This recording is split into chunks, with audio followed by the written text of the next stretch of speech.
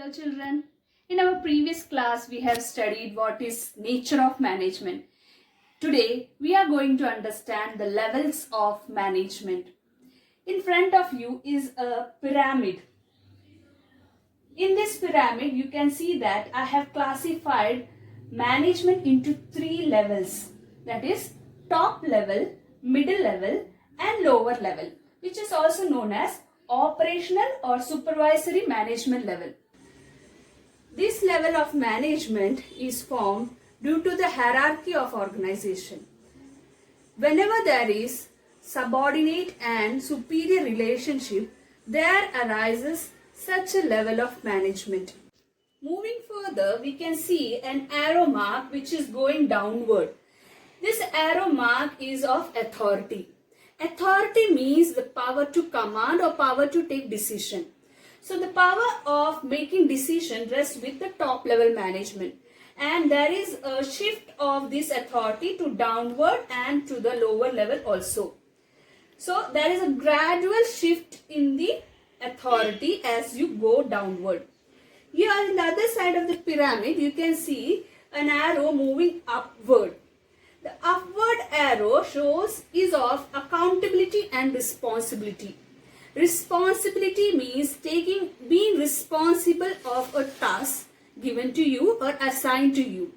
And accountability means answerable or having a power to report to your higher authorities. So here the more responsibility and accountability is rest with the lower level management, and as you move upward it gets decreased. Now let us see who is involved in the top level management. In different companies they are known by different names. You can see here Chief Operating Officer, Chief Executive Officer, Chief Marketing Officer, Chief Financial Officer, Managing Director, Chairman, President and Vice President. So in different companies they are known by different names. Normally the top management is handled by the senior most executives of the company. Now next, middle level management. The middle level management, you can see it is handled by the managers of different departments, that is HR department manager, production manager, marketing manager, finance manager, operation manager and divisional manager. So all the managers of different activities or different departments is headed together, or they are the level in charge of the level middle level management. The next level of management is the lower level management. The people in charge of this level of management is the foreman, supervisors, clerk, superintendent. They are also known as first line managers. They are some of the examples. Officially there are only three levels of management, but here there is a unseen group of people and they are the employees.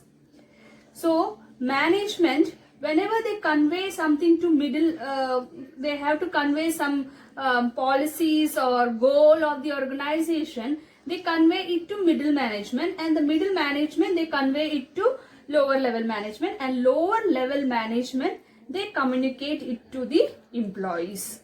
So in the same way, the communication from down to top, it is like in the form of suggestions or complaints. So whatever, if there is employee is facing any problem, the employee will convey that to lower level managers, and the lower level managers will convey it to middle level management, and the middle management will inform that to top management. So this is the flow of these levels of management. Now let us see what are the functions of each of them. Now let us understand the functions of top level management. The first point is to formulate overall organization goals and strategy for their achievement. So your top level management, they prepare different policies and goals for a company, and a strategy is also prepared by them. Strategy means plans so as to achieve this goal. The second point is to coordinate the activities of different departments according to the overall objective of the organization. Here are the different departments. we can say the HR department, production department, marketing department. So different activities of the organization are divided into different departments. So the top management is the person, or they are involved in coordinating the different activities of different departments. The third point is very important point, that is to be responsible for welfare and survival of the company or organization. So it is in the hand of top management the survival and welfare activities of the organization. Fourth point, to analyze the business environment and its impact for the survival of the company. You know that business environment is dynamic. Dynamic means always changing. So for the survival of a business, it is important that the company also should change according to the change in the environment. So that the planning regarding that have to be taken up by the top level management. Fifth point is to be responsible for all the activities of the business and for its impact on the society. Here, the top level management, they are responsible for each and every activity of the business and its impact to the society. Now let us discuss the functions performed by the middle level management. The first point is to interpret the policies framed by the top management. It is the top management who prepare the policies, that is the rules and regulations for a company. And also the goals have to be set by the top management. So the goals which is set by the top management is communicated to the middle management. It is the middle management who have to interpret it and communicate it to the lower management in a very clear and a simple way. That is, if top level management is telling that 20%, there should be a 20% increase in the sales this year, then the middle management have to calculate for increasing the sale of 20%, how much production should take place or how much sales have to be increased. So that have to be communicated to the lower level management. So this is how the interpretation of policies framed by the top management by the middle management take place. Second point is to ensure that their department has the necessary persons. Each manager, that is HR manager, production manager, marketing manager, they had to ensure that there are sufficient persons in their respective departments. If not, they had to fill the vacancies. Then the third point is to assign necessary duties and responsibility to the employees of their respective department for implementation of plan. Each department have their own plans.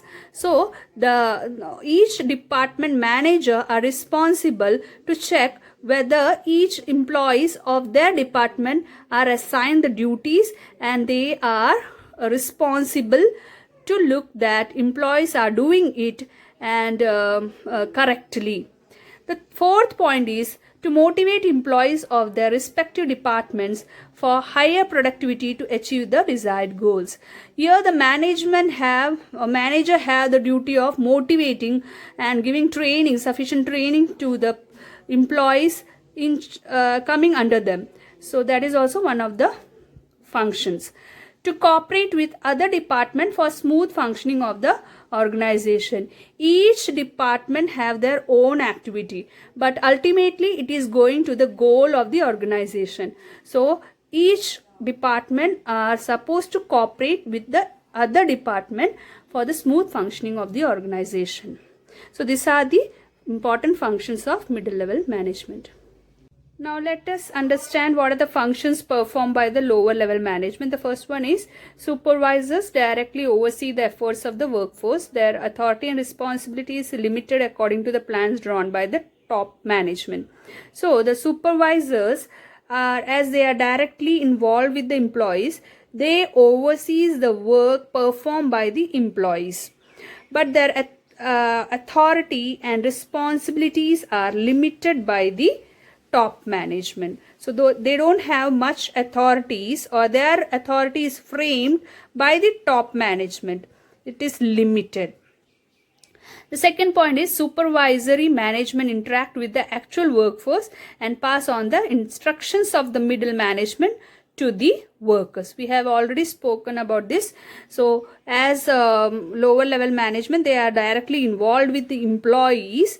It is from the middle management that they get the instructions, and the middle manager they communicate it to the supervisors, and the supervisors, they have to follow the instructions given by the middle management and communicate that to the or make the workers work according to the plan. The next one is third one. Through their efforts, quality of output is maintained, wastage of material is minimized, and safety standards are maintained. So here supervisor have a role to play, like they are responsible to check the quality of the output produced by the employees, as they are supervising the place of production. They have to check the quality of the output.